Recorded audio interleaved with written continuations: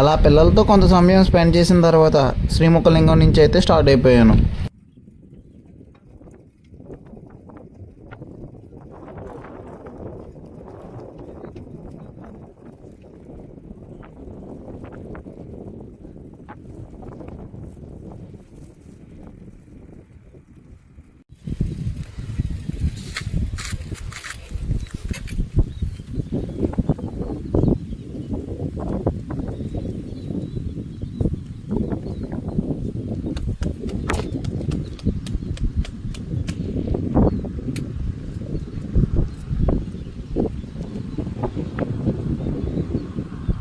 శ్రీముఖలింగం నుంచి శ్రీ కూర్మ గ్రామానికి 2.5 కిలోమీటర్లు మాత్రమే.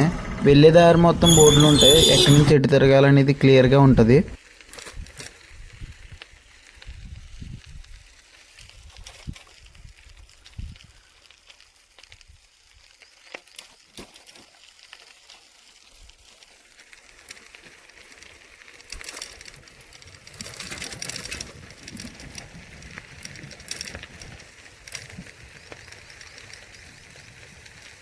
హరే కృష్ణ.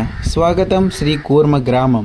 కూర్మ గ్రామంలో ఒక 2 రోజులు ఉండి జీవనం ఎలా ఉన్నదని తెలుసుకుని తర్వాత వీడియో అప్లోడ్ చేస్తాను, అంతవరకు వెయిట్ చేయండి. కూర్మ గ్రామంలో కంపల్సరీ వైట్ డ్రెస్ మాత్రమే వేసుకోవాలి. సారీ వైట్ షర్టు పంచగా మాత్రమే కట్టుకోవాలి.